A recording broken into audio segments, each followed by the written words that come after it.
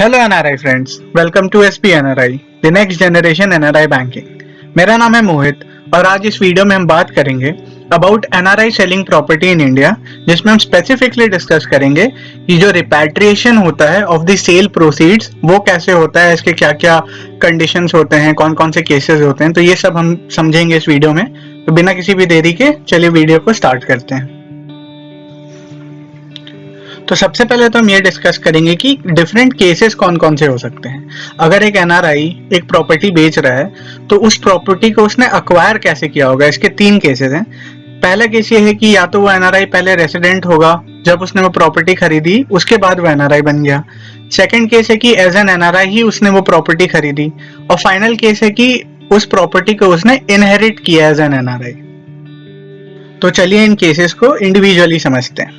सबसे पहला केस है कि आप एक रेसिडेंट थे जब आपने प्रॉपर्टी खरीदी और अब आप उसे बेच रहे हैं एज एन एनआरआई। तो इस केस में क्या होगा कि सबसे पहला पॉइंट है कि जो सेल प्रोसीड्स हैं वो आपके एनआरओ अकाउंट में क्रेडिट होंगे। आपको ये ध्यान रखना है कि $1 मिलियन पर फाइनेंशियल ईयर का एक लिमिट है, उससे ज्यादा आप रिपैट्रिएट नहीं कर सकते। साथ ही साथ आपको ये भी चेक करना है कि इस अमाउंट पे आपने टैक्सेस भर दिए हैं। जो रिपैट्रिएशन है वो बस 2 रेसिडेंशियल प्रॉपर्टी तक ही रेस्ट्रिक्टेड है और आपको ये ध्यान रखना होगा कि एक मिनिमम होल्डिंग पीरियड होता है 10 साल का, वो आपको कंप्लीट करना है इन सेल प्रोसीड को रिपैट्रिएट करने से पहले। अब एक एग्जांपल लेते हैं। जैसे मान लीजिए आपने एक प्रॉपर्टी को खरीद के उसके बाद 7 साल हो गए आपको उस प्रॉपर्टी को खरीदे हुए, आपने उसे बेचा एज एन एनआरआई, लेकिन फिर भी इस 10 साल के पीरियड को कंप्लीट करने के लिए आपको ये सेल प्रोसीड का जो पैसा है अपने एनआरओ अकाउंट में 3 साल के लिए रखना होगा। एक बार ये 10 साल कंप्लीट हो जाता है तभी आप इसे रिपैट्रिएट कर सकते हैं। अब हम सेकंड केस को डिस्कस करते हैं। अगर आपने प्रॉपर्टी एज एन एनआरआई खरीदी है तो क्या होगा।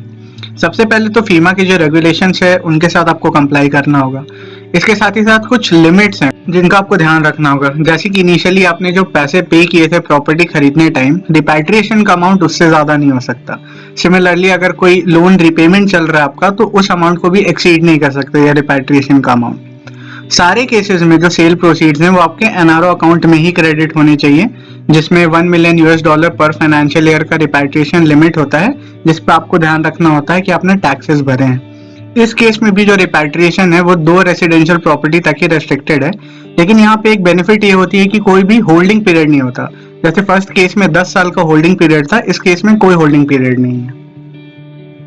अब आते हैं फाइनल केस पे, जो कि है कि अगर आपने as an NRI property inherit की है तो उस केस में रिपैट्रिएशन कैसे होगा सेल प्रोसीड्स का। यहाँ पे सबसे पहले आपको डॉक्यूमेंट्री एविडेंसेस प्रोवाइड करने होंगे जो सपोर्ट करेंगे कि आपने प्रॉपर्टी इनहेरिट की है। उसके साथ ही साथ आपको जितने भी नेसेसरी टैक्स क्लियरेंस सर्टिफिकेट्स हैं उन्हें अक्वायर करना होगा आईटी डिपार्टमेंट से। और यहाँ पे जो लिमिट होती है $1 मिलियन पर फाइनेंशियल ईयर की, उसका भी आपको ध्यान रखना है। इस लिमिट के ऊपर आप एक फाइनेंशियल ईयर में रिपैट्रिएट नहीं कर सकते। अब फाइनली हम डिस्कस करते हैं कि रिपैट्रिएशन ऑफ सेल प्रोसीड्स का प्रोसेस क्या है। तो हमने पूरे तीनों केसेस में ये नोटिस किया कि जितना भी क्रेडिट होता है रिपैट्रिएशन का पैसा वो आपके एनआरओ अकाउंट में ही होता है। तो जाहिर सी बात है जो रिपैट्रिएशन होगा वो आपके एनआरओ अकाउंट से ही होगा। अब एनआरओ अकाउंट से जो मैक्सिमम लिमिट है पर ईयर रिपैट्रिएशन की वो है $1 मिलियन।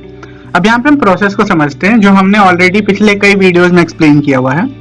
यहाँ पे आपके पास 2 ऑप्शन होते हैं, ऑफलाइन एंड ऑनलाइन। अगर आप इंडिया में हैं तो आप बैंक ब्रांच जाकर विजिट कर कुछ पर्टिकुलर फॉर्म्स हैं उन्हें भर के आप रिपैट्रिएशन प्रोसेस कर सकते हैं। अगर आप अब्रॉड हैं तो वहाँ पे इन्हीं पर्टिकुलर फॉर्म्स को आपको डाउनलोड करना होगा, फिर उन्हें भर के साइन करके वापस बैंक भेजना होगा। तो इन फॉर्म्स के बारे में थोड़ा सा समझते हैं। सबसे पहले तो जो बेसिक फॉर्म्स हैं, फॉर्म A2 और रिक्वेस्ट फॉर्म, उनको समझ लेते हैं। इसमें आपको कुछ नहीं बस रेमिटेंस के डिटेल्स डालने होते हैं, मतलब कि आपका जो ओवरसीज बैंक अकाउंट है उसकी डिटेल्स डाल दीजिए। जो नेसेसरी बेनिफिशियरी डिटेल्स होते हैं वो इन 2 फॉर्म्स में आएंगे। यहाँ पे सबसे इंपॉर्टेंट जो 2 फॉर्म्स हैं वो हैं फॉर्म 15CA और फॉर्म 15CB। अब इन दोनों फॉर्म्स का एक ही पर्पस है। पर्पस ये होता है कि ये फॉर्म सर्टिफाई करते हैं कि जो भी पैसे आप बाहर रिपैट्रिएट कर रहे हो उस पर आपने टैक्सेस भर दिए हैं। 15CB जो होता है वो specifically certificate of an accountant होता है। ऑल्दो बहुत सारे एनआरआईज प्रेफर करते हैं कि इन दोनों फॉर्म्स को एक अकाउंटेंट से ही फिल करवाएं, बाद में उस पर अपने पर्टिकुलर सिग्नेचर्स डाल के इन फॉर्म्स को बैंक में भेज दें। तो ये बेसिक प्रोसेस होता है रिपैट्रिएशन का of particular sale proceeds after selling a property in India from your NRO account to your overseas bank account. And thank you, that would be all for the video. अगर आपको video पसंद आई है तो please इसे like करें, share it with friends and subscribe to the channel. इसके साथ ही साथ जो भी नेसेसरी लिंक्स होंगे, जैसे कि 15 CA 15 CB फॉर्म्स को डाउनलोड करने के लिंक, वो सारे रेलिवेंट लिंक्स मैं डिस्क्रिप्शन में डाल दूंगा, so that you can easily access the information. And thank you once again for being with me throughout the video. I hope to see you in my next one. Till then, take care.